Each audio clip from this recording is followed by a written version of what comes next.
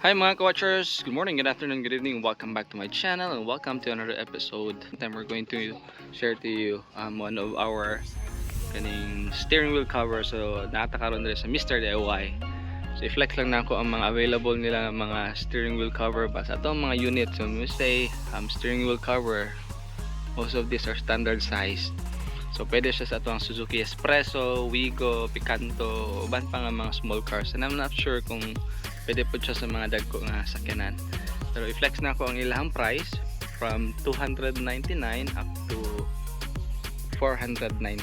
Mas mo na siguro yung 490 oh. Glittery man good. And then kani rubberized. So grip na grip yun ato ang kamot ani mga ka-watchers na. So napos lang lain yung mga design. As you can see. Kani nga.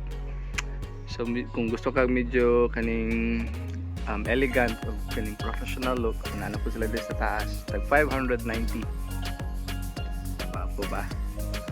So as you know, no gamit kay ang kaning steering wheel cover kay kadugay nga sige ni magunitan ng imong steering wheel.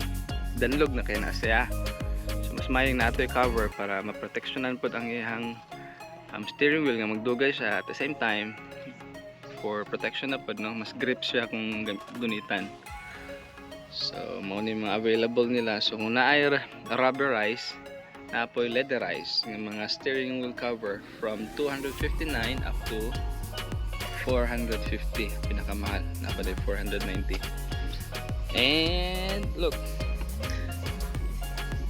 tara kayo